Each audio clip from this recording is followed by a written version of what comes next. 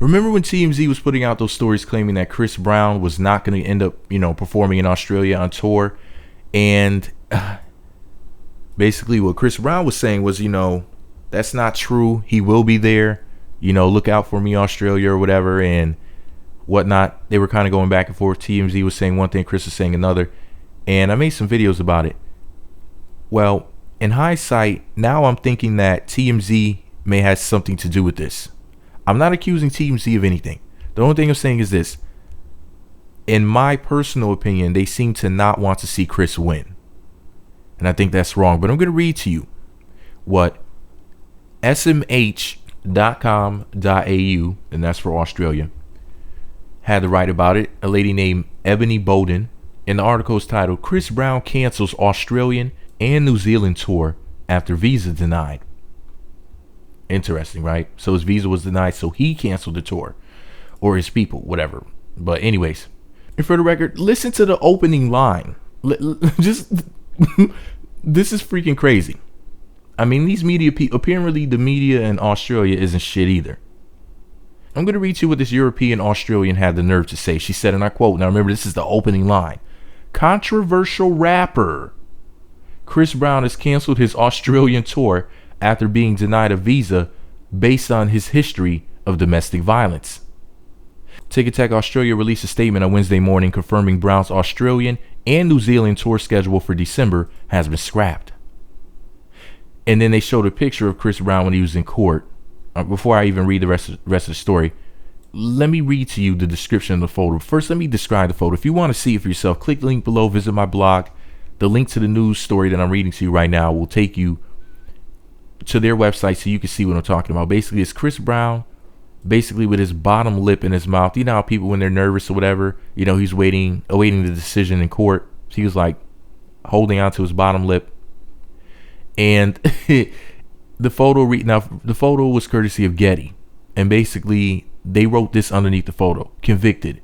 Chris Brown leaves court in 2009 after facing assault charges against former girlfriend Rihanna. Okay? But you can say that that's just journalism or whatever. They're just making sure they tell the whole story. Even though they're really not, because I'm pretty sure he was defending himself against Rihanna that night in that car when he was punching foreheads. But anyway, back to the story. The story goes as follows. In September, the Australian government issued Brown with a notice of intent to refuse him a visa 1 day before his tickets went on sale. The rapper, once again calling him a rapper, the rapper then had 28 days to either challenge or withdraw his application to visit Australia. His appeal was unsuccessful. The 26-year-old was convicted in 2009 for assaulting and threatening to kill his then-girlfriend Rihanna and was sentenced to 5 years probation. Tickets for Brown's Down Under tour remain on sale despite his visa status remaining unclear. Pause the story right there. Sounds like he was in high demand to come perform, doesn't it? Okay, so back to the story. Story goes on to say, in a statement, Brown's promoter said they were confident he would tour Australia, quote, in the near future. Quote, Mr. Brown wishes to express his deepest gratitude to the fans for their support and looks forward to a successful tour in the near future. On Twitter, Brown campaigned for the government to issue him a visa, saying he wanted to teach young people the danger of domestic violence. Pause the story right there. I think that the danger is at the tip of his little light-skinned knuckles. But that's just my opinion.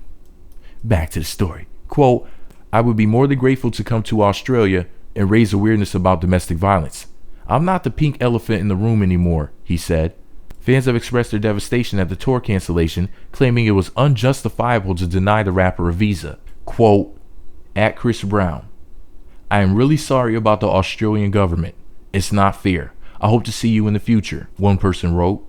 This is the second high-profile instance of the government denying a controversial performer a visa this year.